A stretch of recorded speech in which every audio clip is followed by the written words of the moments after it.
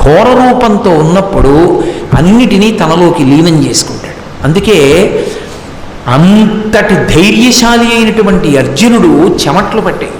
భగవద్గీత చెప్తూ విశ్వరూపం చూపిస్తే నేను చూడలేకపోతున్నాను, నాకు భయం వేస్తోంది, ఉపసంహారం చేసేయమన్నాడు. ఆ రూపంతో ఉన్నప్పుడు తన నాలుకలతో ఈ ప్రపంచాన్నంతటినీ తనలోకి తీసేసుకుంటూ ఉంటాడు. అందుకే ద్రోణంచ భీష్మంచ జయద్రథంచ అంటాడు. వీళ్ళందరినీ కూడా నేను పుచ్చేసుకుంటున్నానంటాడు. అన్నిటినీ లీనం చేసుకుంటాడు తనలోకి. అది ఘోరస్వరూపం. అందుకే ఒక్క కృష్ణ పరమాత్మయే అనేక విశ్వరూపాలు చూపించారు. అన్నీ ఒకలా ఉండవు.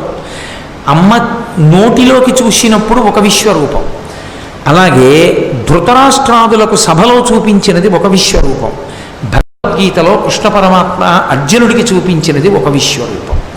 ఒక్కొక్క విశ్వరూపం ఒక్కొక్కలా ఉంటుంది. తన వ్యాపకత్వాన్ని నామరూపాలుగా చూపించింది ఒకటి, తను లయం చేస్తూ అన్నిటినీ తనలోకి లీనం చేసుకుంటున్న రూపం పరమ భయంకరమైనది, కాలస్వరూపమై ఉంటుంది. అది కాలోస్మిలోక క్షయ కృత్య వృద్ధో అంటాడు. కాలం రూపంలో నేను అన్నిటినీ పుచ్చేసుకుంటున్నానంటాడు.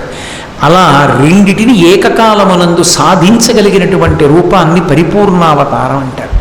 పరిపూర్ణావతారం చెప్పింది చేయడమే తప్ప పరిపూర్ణావతారం చేసింది చేయడం సాధ్యం కాదు.